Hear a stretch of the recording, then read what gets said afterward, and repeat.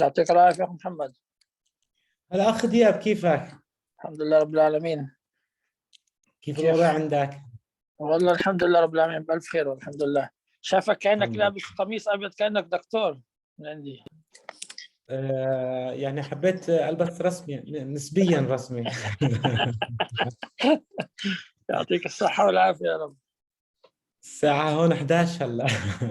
الله يعطيك العافية. مشوا يوم طويل. لا كل أيامنا طويلة هون الله وكيلك. الله يعينكم يا رب. الله يعينكم ويصبركم يا رب. Okay, I'm going to give it just one more minute for anyone else who's going to join. I'm also going to take us live on Facebook so everybody knows, and it is recording as well.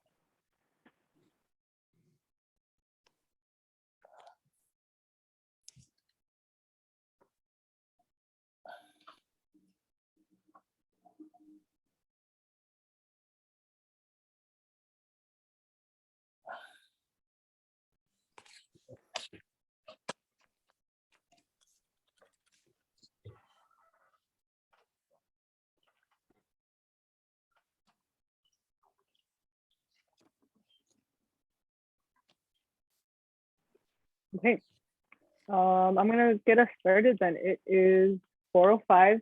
I want to thank everyone for joining us for this really exciting conversation. I'm going to start the introduction, but I want to point out two things that we are very grateful for. Is that one, our speaker is joining us from Palestine, and it's 11 p.m. over there right now. So I really appreciate you doing this with us and accommodating the time difference. And I also want to point out that this is the first book talk for this new book. And so we're really honored and excited to be the first people to host a conversation about your new book. And I'm really happy when you just told me that. So I want to share that with everyone. But thank you all for joining. I'm just going to jump in and get us started. My name is Abir. I work at the Palestinian American Community Center. We're excited to be hosting the virtual launch or digital launch of Mohammad Sabaaneh's new book or new graphic novel, which he's going to take us through and present a little bit about. For those of you who don't know, even though we've done many events with Mohammad is a Palestinian artist and cartoonist, the friend of PAC. Hopefully we can continue doing more events. We never get tired of your work and all the knowledge that you share with us. Like I said, this is the first book talk, and so we're really excited to have all of you join us too. In terms of the format for today, we're going to have a presentation for the first bit, and then we're going to go into some questions and answers. If at any point you have questions, please feel free to put them in the chat. I'll get to them all towards the end, but I don't want anyone to forget their question. Please comment and react and be interactive on the chat and through Zoom as well, so that we can kind of have as lively of a conversation as we can online. But with that, I'm just going to go ahead and hand it off to you, Mohammad, to get us started. Thank you for this invitation. It's an honor for me to start my journey with my second book, and actually the first Palestinian comics. I think this is the first Palestinian comics came from Palestine. We have a lot of comics about Palestine from Joe Sacco, Layla Abdelrazak, and a lot of artists who they have done some comics about Palestine, but from Palestine, this is the first one. And I think it is very important to start like this art in Palestine, because I do believe with what Edward Said have said, that nations themselves are narration, and exactly that's what I'm trying to do. I'm trying to convey the narration of Palestinian people to the people around the world, and that's exactly why I've done my first book and my second book with American publisher and British publisher, not just in the Arab world and in Palestine. Actually, I've done many talks about my first book with the Palestinian American Community Center, and I've talked a lot about my first book. It was just some art, some cartoons about Palestine, without any narrations, without any text explaining my artwork, because I used to believe that's the visual art, it's enough to convey our suffering to the people around the world. But actually, when I have done a lot of these talks around the world, not just in the United States, in the UK, Ireland, Spain, France. The people used to ask me a lot of questions about my artwork, about the life in Palestine, about the life of Palestinian people here in Palestine. And that's why exactly I start to think about what exactly I have to do to keep just doing my cartoon or to do something else. My first book can be considered as a visual narrative for our life here in Palestine. But all these questions that the people used to ask me provoke a lot of ideas in my mind, how exactly I can add more text, add more explanation for our life here in Palestine. And that was during my journeys in United States to launch my first book and talk about my first book, that gave me a chance to meet a lot of artists from United States who have done a lot of comics art. Like Seth the Bookman, he's one of the main leading comics artists in the United States, and he's teaching in School of Visual Art in Manhattan. Joe Sacco, I think most of the Palestinian people around the world, they know Joe Sacco, and my friends Ethan. And all of these artists, they do their comics, and they publish their comics in many American magazine and international magazine, and they have published a lot of books about Palestine and about the life here in Palestine. And actually, they have introduced the comics art for me, because here in Palestine, I used to live in Kuwait, in Jordan, and then in Palestine. But in all of these countries, we don't have this kind of, if we call it industry. Actually, I've never read comics books before. But when I've met all of these friends and artists, they introduced the comics art for me. That's what maybe convinced me that I should do something like that. Last year, I have a scholarship to go to the UK and to get my master's degree in illustration. I got Chevening scholarship. It's governmental scholarship in United Kingdom. And that chance gave me also opportunity to visit a lot of museums, libraries, and to meet a lot of artists in the UK. Unfortunately, I've met the coronavirus there, but I had some time to explore more art and more tools in the UK. I had a very strange decision when I traveled to the UK. I've decided that I will never talk about the Palestinian issues during my master's degree, not because I don't need to do that, because I needed to get more chance to learn more maybe techniques, arts, to experiment more kind of arts and more kind of subject, and to maybe to get rest from our issues here in Palestine and to think widely, not just about our situation here in Palestine. That's why I have done like this sculpture for my first term in the UK. That was one of my projects there in the UK during my master's degree. Another techniques in intaglio print. I've done this artwork about the environment and about the wars around the world, not just in Palestine. I've tried to do some printmaking, big scale of printmaking, because here in Palestine, we don't have facility to do printmaking or intaglio print and all of this kind and mediums here in Palestine. And that was a great chance for me of being in the UK to get access to all of these facilities, techniques, and to have all of this experimental work during my master's degree journey. Last one, I need to show you this big mural about the environment. I've done this big mural during my journey in my master's degree, and that was in the first term in the UK. But because of the coronavirus and the long lockdown in the UK, the situation was very hard in the UK, and actually that's remind me with my situation here in Palestine, because I've escaped from Palestine from the situation in Palestine, from the checkpoints, lack of freedom of movement, and all of this situation to the UK to get more access to facilities, visit museums, meet new friends, new artists in the UK. But with the coronavirus, I remembered my life inside the prison in Palestine. It took me back to Palestine. Think about my life here in Palestine again, because that's the situation during my master degree. In one of my trip in the UK to visit one of the museums there, I have saw this two artwork, if we can call them artwork, I call them propaganda, for a British artist who was hired by the Israeli government in 1970 to create visual identity for Israel, or what they call it Israel, actually. You can see that the left are artwork, or if we can call it artwork or illustration maybe. He wanted to show that the Israeli or the Jewish immigrant who they came from European, they have brought all these factories, cars, modernity to the Palestinian people in Jerusalem.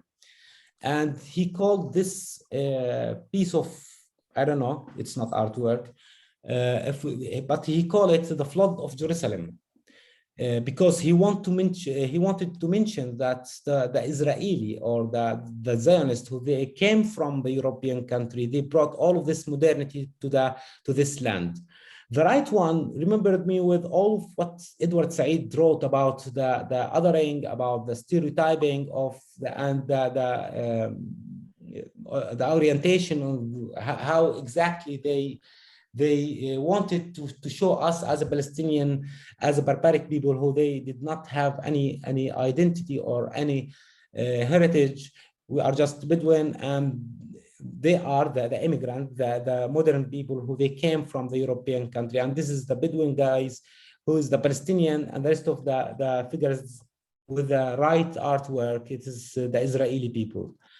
And that's actually provoked me and make me think again, why exactly I don't need to talk about Palestine. I came here as a Palestinian, and I came here to the UK to get some freedom, to get access to all of this facility, all of this, to have some freedom during this 1 year. But with the coronavirus, I remember my life in Palestine, my life inside the prison, and how I have used the art also inside the prison to come over all of the situation here in Palestine. And that's why I've decided, no, I will go back to my political framework, how exactly I think about the situation in Palestine. And I will write my thesis about the settler colonialism as a approach of visual art. Because the settler colonialism as a theory, they wanted to dehumanize the indigenous people, not just here in Palestine. That's what's happened in the United States. That's what's happened in many countries around the world. When they wanted to make this settler colonialism work, they dehumanized the indigenous people to justify the elimination of the indigenous people. And that's exactly what's happened here in Palestine. That's exactly what they are trying to do here in Palestine nowadays. And that's exactly made me think what kind of art I should use to rehumanize the Palestinian people and to convey their human stories for the people around the world. And that make connection with my first journey with my first book, when all the people around the world, they used to ask me about more details about our life here in Palestine, with my life in the UK, with the quarantine and with the lockdown and all the lack of freedom of movement during the coronavirus.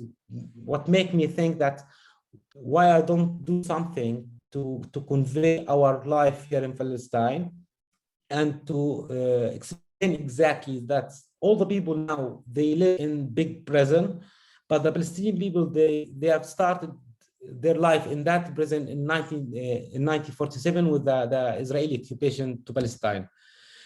And that's exactly what remembered me what Ilham Babiev say, that the colonizer can eliminate the people by removing them from the historical narrative.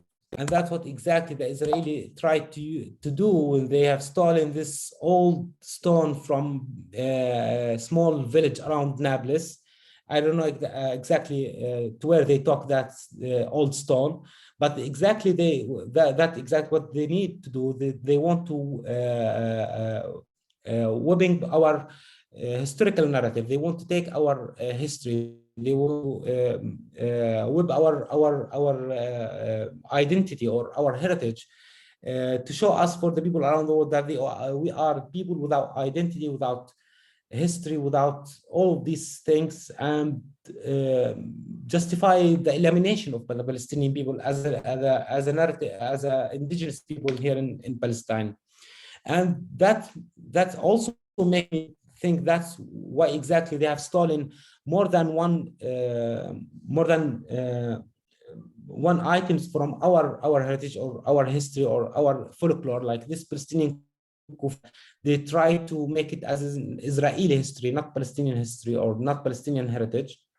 And you can see that with this photo. That's exactly what's happened with me last year when I did my exhibition in ICC in Holland, when they have stolen my exhibition from the ICC, from the building of ICC. My cartoons were stolen by some Israeli people, and that's the interrogation by ICC. They told me that who stolen your artwork from the ICC was Israeli, and that's exactly what's happened and that's exactly they wanted to cover our narrative. They want to cover our narration, and that's why they don't need us to show for the people around the world what's going on here in Palestine. And that's what's happened to me in 2013 when they have arrested me and put me in the jail. That's what exactly happened when they confiscated one of my artwork when I exhibited some of my artwork in the Belgium. And during my trip back from Belgium to Palestine, they have confiscated my artwork, original artwork, while my trip from Belgium to Palestine. And that's make me think, what's the tool that I should use as an artist to show our history or our narrative?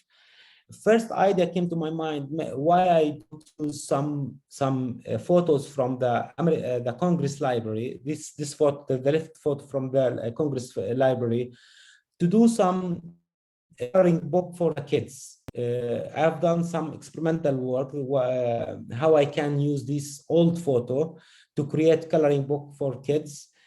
But that made me think, why I have to do something for kids? Maybe we should convey our narrative for the adult people, not the kids. And that's why I've started, I should find another kind of art, not coloring book or some kind, this kind of illustration. And I should use narration, I should use stories and explain more for the people around the world. And coloring book will not do that.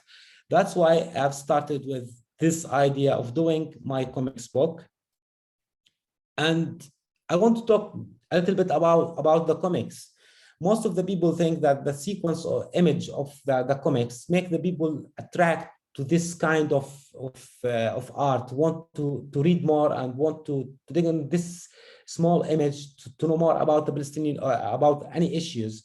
And when I make just historical review for how the people around the world they use the comics was used during the Second World War as a tool to talk about, to convey some propaganda for some countries that participated in Second World War. The comics was used also to make some the heroes comics, and the American know exactly what does it mean, the heroes. And some of the people they use the comics also for something called social engineering, as a tool of raising awareness about something, about some issues, and some cases. That's why I have chosen the comics as a tool to talk about the Palestinian issue. This comics, Mouse, was illustrated by Spiegelman. He's an American artist who lives in the United States. Originally, he's from Poland. His brother was killed during the Holocaust. And that's why he has done this comics about the Holocaust.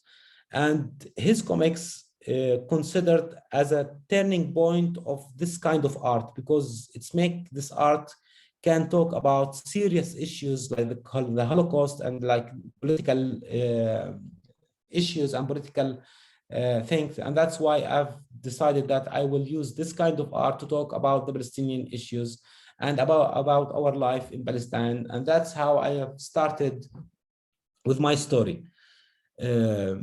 First, when I start to think about how I can construct my comics, I didn't need to depict myself as a hero.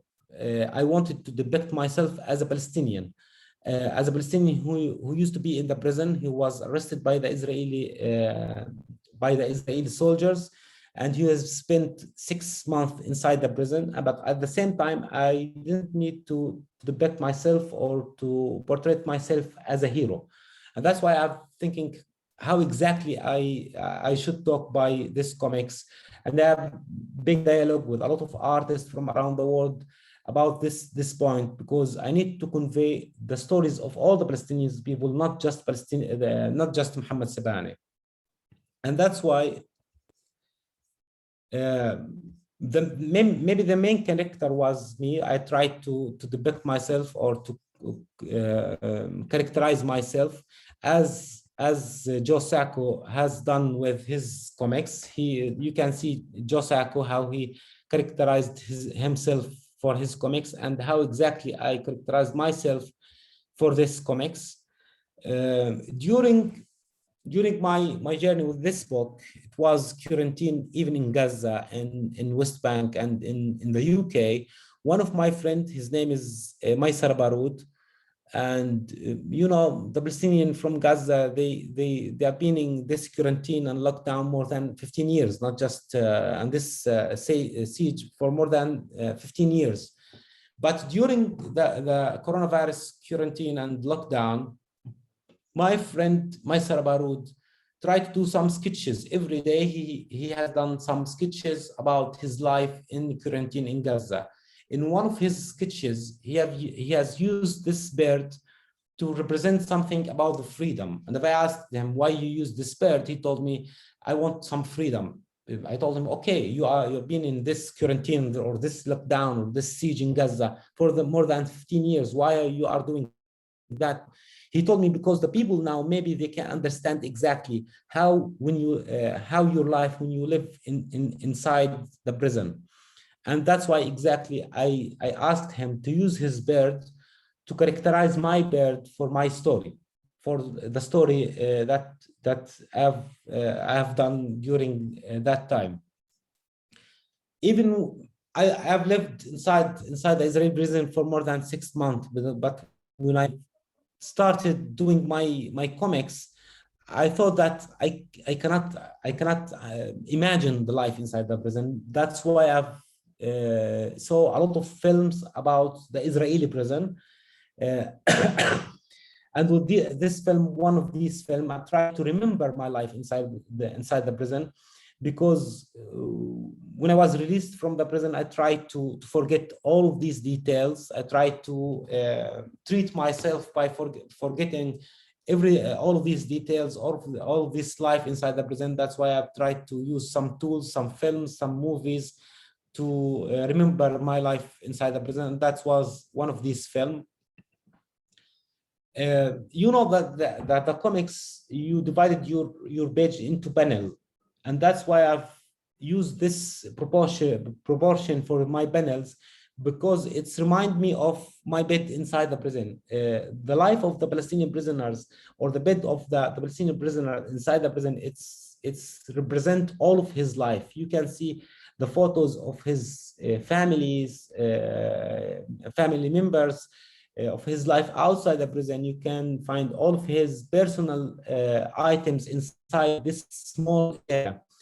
That's why I thought this area, it's represent all of his life, all of his homes, all of his maybe words inside this small bed. And that's why I've tried to use this proportion for all of my panels inside for my book. Even with this idea, I try also in most of my panel to go outside the prison, the panel, because I felt that when I've started this illustration, I thought that this small panel, it's look like cell, and I want to go outside the cell. That's why you can see this character outside the panel and this character outside the panel, because I want to liberate even my character outside this small panel. I've tried to use some global art to represent also our life inside the prison. This is Asher. He's in, I think, from Netherlands, and this artwork is a very famous artwork. That's why I've tried to use his illustration to illustrate the life inside the prison, because inside the prison you cannot see real perspective, you cannot see the real dimension, because always when you move from your cell to the interrogation office, you cannot see because they cover your eye, because they want you to feel that, I don't know why, but it's kind of torturing the Palestinian prisoner inside the prison. Also, I try to remember to referencing my comics, my character. That's why you can see that the position of this prisoner, it's look like the position or the position of this kid who was arrested in Hebron last year. The texture, you see how the prisoner count, they count their days inside the prison. It's when you do some zoom out for this counting units, it's look like the texture that I have used for my book also. Some of these pages, you can see the same scene for many pages. It's just, I wanted to convey this message that our life, it's very boring. We live at the same position, the same place, the same room. That's why I've tried to use the same scene for more than 1 pages. And I want to show you a short video. It's not very short actually, but for the technique that I have, just a minute. That's short video show just the technique that I have used to produce this book. Actually, I did not illustrate these pages. I have carved this page by this material. They call it linoleum. Then draw on this material, then carve it to print it again. And exactly why I've chosen this kind of medium or technique, because inside the prison, you can see the names of the Palestinian prisoners. They carved their names in the walls of the cell. At the same time, I couldn't do that because it was very rough wall. But when I was released, I thought that how I can carve their stories for the people from around the world. And that's why I've chosen this kind of technique, because I wanted to choose this technique to carve the names or the stories of for the Palestinian people for around the world. And you can see the technique. It's not just I'm illustrating the pages.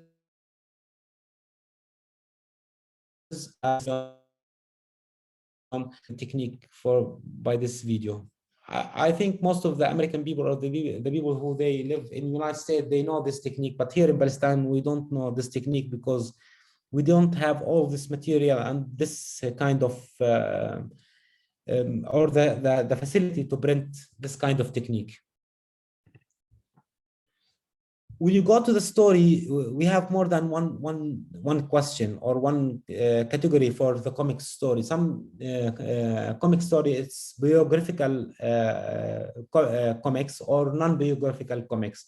And when you ask this question, is this comics is biographical or non-biographical comics? It's both, because in this comics, I'm talking about my story inside the prison and the Palestinian people outside the prison. And actually all the stories that I have in this book, it's real story. It's not something I have created. It is a real story. I have done some interviews with the Palestinian people from Gaza, from Jerusalem, from West Bank, Some stories happened with me during my life in Palestine. Some stories happened with my brother, who now in the prison, and some stories I've done by all of these interviews. It is fictional or non-fictional story. It is both, because the main stories about my life inside the prison, it is fictional. But when you see, or when you talk with the talkable bird that he is the main narrator in this comic story, you will find it is a fictional story. It is image narrative or non or with narration, because the image narrative, it's the story that rely on just the image. But in this story, I've tried to convey some stories by images, and in some stories I've used some narration. That's why we cannot consider it as image narrative or with narration. Exactly, we can call it hybrid comics, hybrid comics, because I mixed with more than one kind of comics. I've started my story with the first moment when they have arrested me while I was traveling back from Jordan, because at this moment it is very important moment, because they converted you from free guys to a prisoner who hasn't any control in his decisions, where exactly he can go or what exactly he can do. In this moment, they converted you from free guy to a prisoner, and this is very, very hard moment. And I felt it's looked like 1 year. It's not just one moment or one hour. I try to tell my story from the first night inside the prison, because when they moved you from where they arrested you to the prison, you don't know exactly where you are, and that's why I try to draw this first night by 2 pages, not just 1 page, because even I think it's very important night. Go to the same page that I was talking about it. In more than one image, I try to visualize my inner emotion. I try to translate how the Palestinian prisoner they feel inside the prison, not just depicting the scenes inside the prison. I try to translate exactly all of these life stations inside the prison. When they interrogate you, when they moved you from the prison, when they even when you want to when you have family visit inside the prison, all of these stations or all of these components for your life inside the prison, I think it's very important to convey your emotion as a Palestinian prisoner, not just depicting what exactly happening inside the prison. I try to use another international or global worldwide photo like this African boys. I do believe that most of the people around the world, they know exactly this photo. That's why I try to use the same position to the Palestinian prisoner to translate what exactly happening during the interrogation with the Israeli officer. And I try to talk about the main station for the Palestinian prisoner life inside the prison. Interrogation, one of the hardest these stations, the isolation, or what they call it, solitary confinement, because most of the Palestinian prisoner they will have this kind of experience. And during this experience, because I had more than 2 weeks in this solitary confinement, I've tried to deal with this situation, with this isolation, and that's when exactly I've started thinking about my first book. I've tried to think that's why I don't do a book about the Palestinian prisoner, about the Palestinian life inside the prison. And I've tried to use this very long time alone inside the prison to think about my book and my exhibition about the Palestinian prisoner, which was called 28 Cell, because I've started my idea in that cell number 28. another image to show how exactly they move you from your cell to the interrogation, from the interrogation to your cell again, and our life inside the Israeli detention center. The military court, because I think the Israeli, they want to use this kind of court to just give this indication that they have justice inside what they call it Israel, but actually this military courts, it's controlled by the Shabak or the Mossad, the Israeli intelligence, and they have control over the Israeli court, and they give you the sentence because of what this security forces think about you, not exactly how the court around the world it work.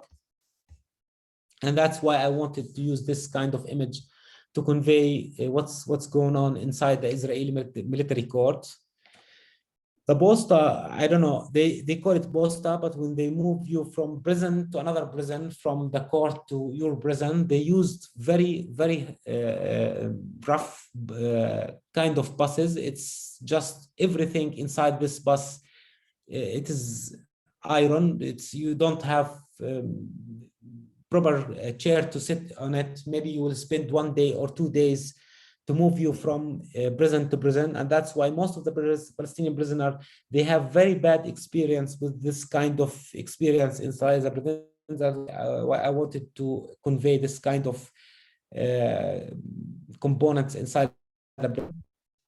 And then I want to talk about my friend inside the prison, which can be considered as a fictional side for this story.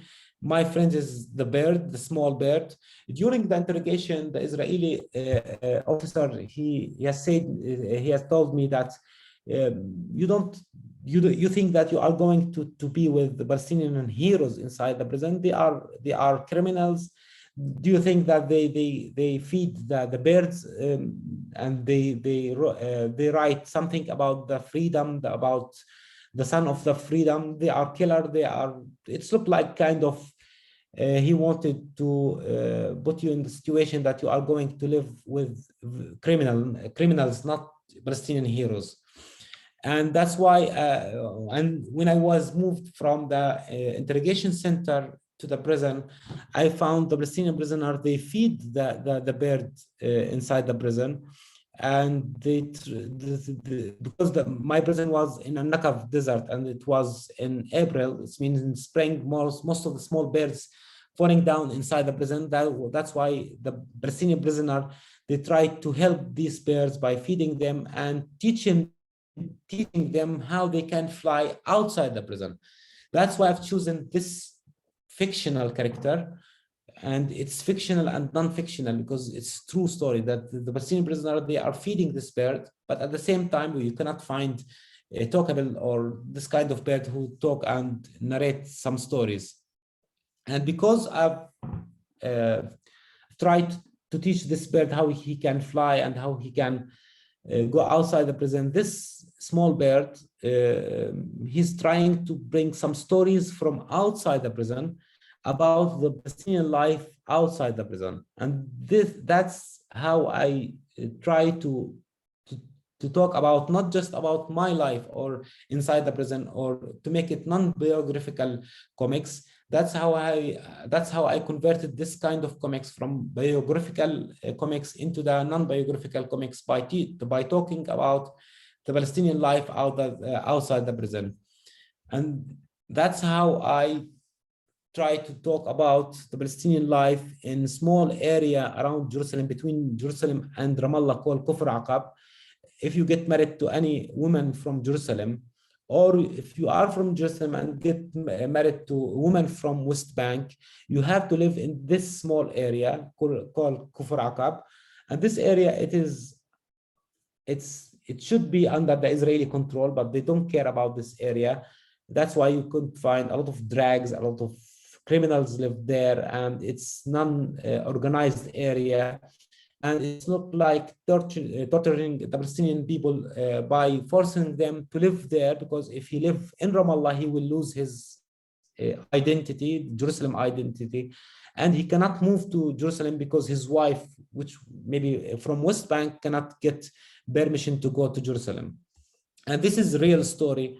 I've done an interview with a woman. She's from West Bank. She got married to a man from Jerusalem, and that's why they had to live in this area. And this is also this is how the people from Jerusalem live inside this area. Another story from Gaza. It's by interviews with my friends from Gaza. He's a journalist called Nidal Louhedi, and he is always talking about the drone, because you think it's not serious issue to talk about the drone, but if you live in Gaza and always hearing the noise of this drone, you will know exactly why the people in Gaza, they are talking about this drone, which 24/7 hour it's just flying in the Gaza sky, and the people in Gaza always hearing this kind of noise. That's why I've done this interview with Nidal to ask him about how he's feeling about the life in with this noise, not street noise actually. This story about from a Palestinian, very famous Palestinian writer. His name is Ziad Khaddash. He wrote about one of his students. He was killed while he was going to school. I've tried to translate his article into comic story. Another one about the Palestinian refugees who live in Mukhayyam Aida in Beit Lahem, and his father tried to buy a piece of land in Beit Lahem to move from this refugee camp and to have his own house. And when he brought this small piece of land, the Israeli confiscated his land because they wanted to build settlement.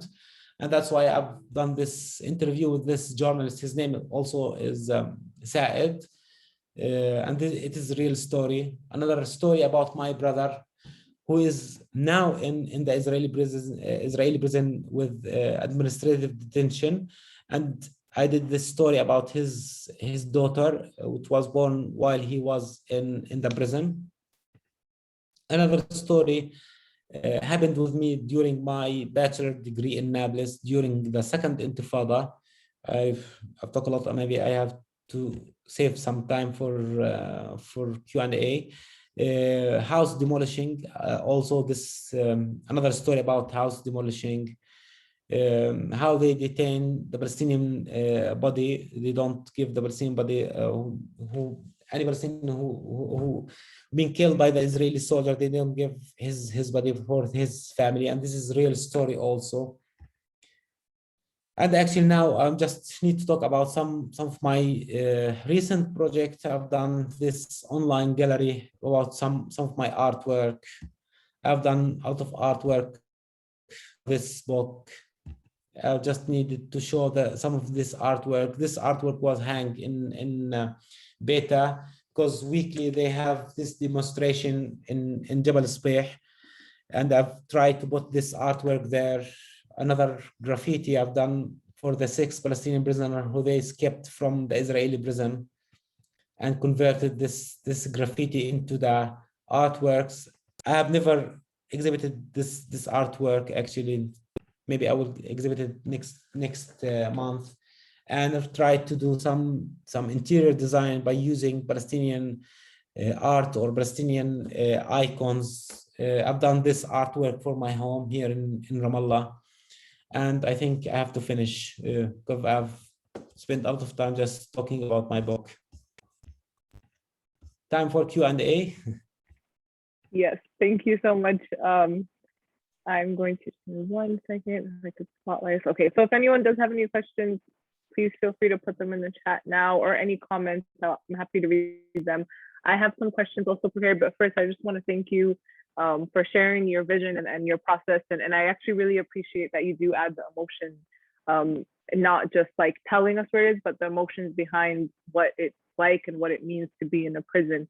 And I got I was able to look through the graphic novel a little bit before this, so I have some questions And then I will also read the questions that come up in the chat. But the first one, I actually want to focus on the title. And if you could talk to us a little bit about where you got it, because you explain it, it's explained a little bit in the first page, but could you kind of just verbally talk us through it and expand a little bit about where you got the title of the name of the book from? Because I think it's really powerful.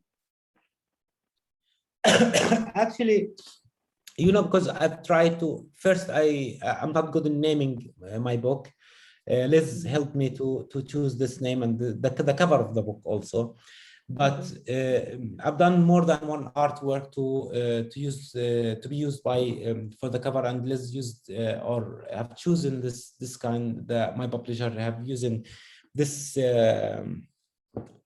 image to for my cover, and I think this illustration represents exactly what's the meaning of this book, and that's why I thought that this is very good choice for the cover, and even the name.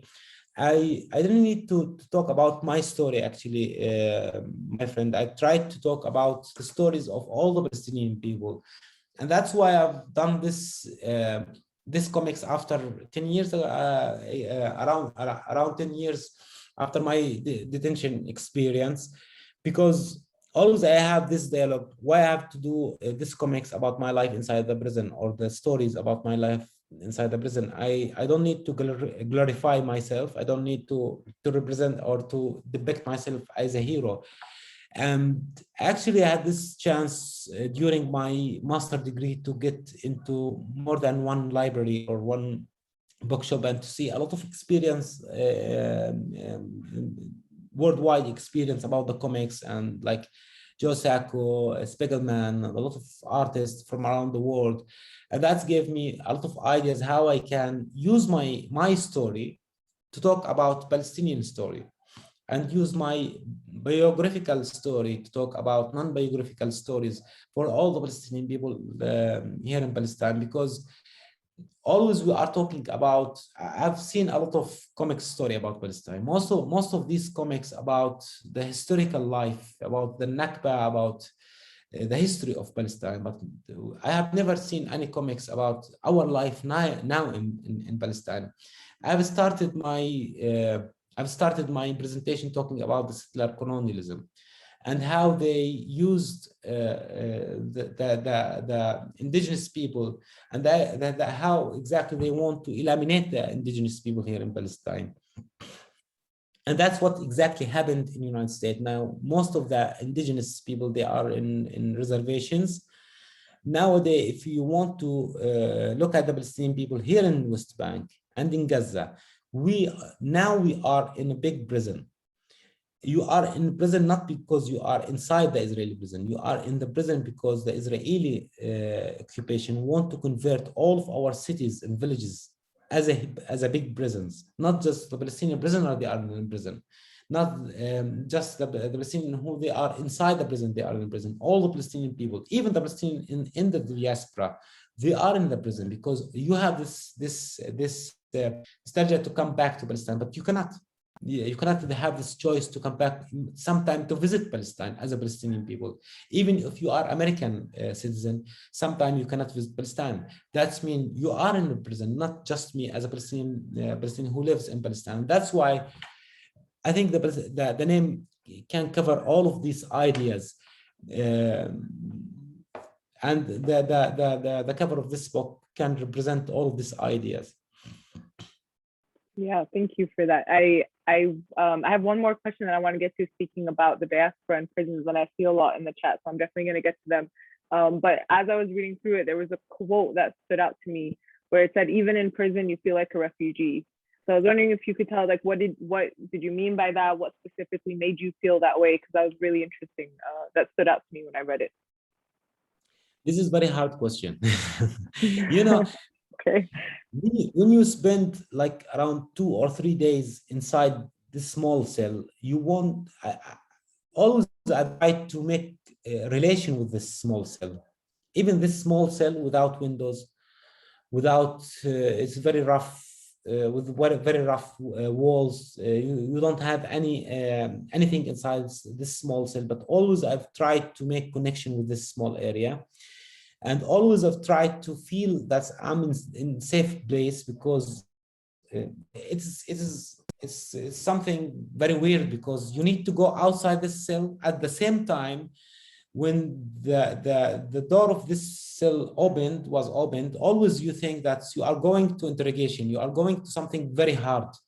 You dream to go outside the cell, but always you feel that when you go outside the cell, you are facing something harder than this cell. Because the interrogation, or when they move you from the cell to to the court, or all of these kind of components inside the prison life, they wanted to torture you. They don't need to feel that you are comfortable. And that's why when you moved from the cell, that it's very hard place, you feel that you are refugees. You are moving from your safe place, the place that you wanted to make this connection with, to some harder place that you don't need to go to. It's look like you are going outside your place. Yeah, thank you for sharing with us. That makes sense. I want to get to the chat. I do see at first there's a lot of questions about when and where to be able to buy the book. Thank you, Liz, for answering those. I believe the book is available tomorrow.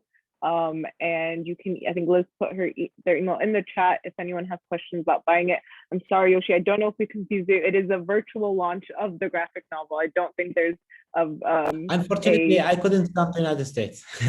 Yeah, so but I think Liz is the best contact, and if anyone needs it afterwards, please feel free to contact us at PAC, and we can definitely put you in touch. We want to make sure that as many people buy your books as possible. I want to just go through the chat. So we have a question about what age groups you would recommend this to. So basically, how young is appropriate, would you advise? I think it's gonna be for adults. It can be for adults, but it's great to read it for kids if they want to know more about the Palestinian life, because some of this story, it's fun story. It's not all of this tragedy story. And when I talk about Gaza, about the drone, you are talking about something very fun. Even you are live in this big prison. My friend Nidal from Gaza, he's always talking about drone. It's look like joke that you need to, Fairuz.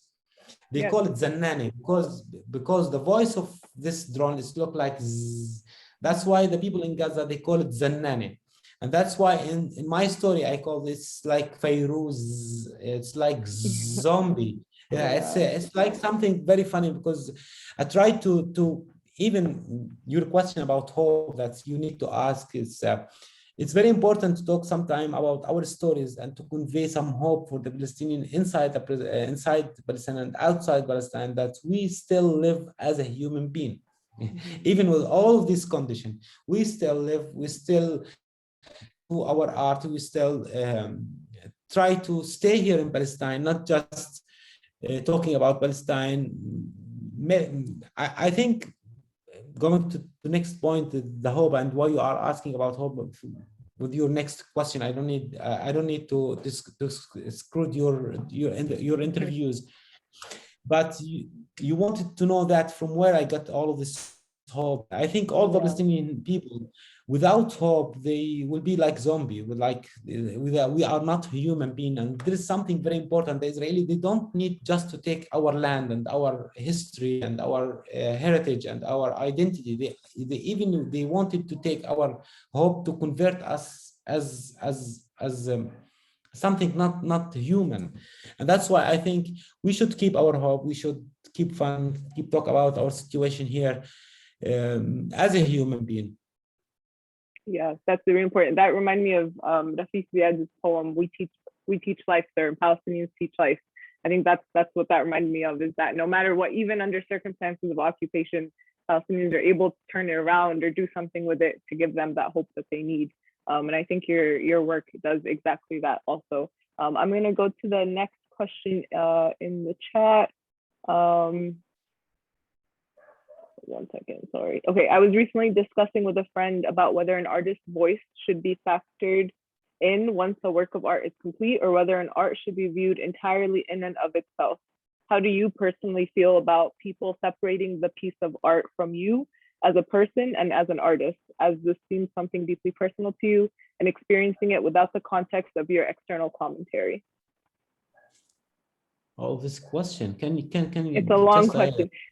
yeah. It's so basically, to summarize it, how do you feel about people saying just view the art without the artist's personal commentary? Do you agree with that, or do you think the artist commentary should be seen with it?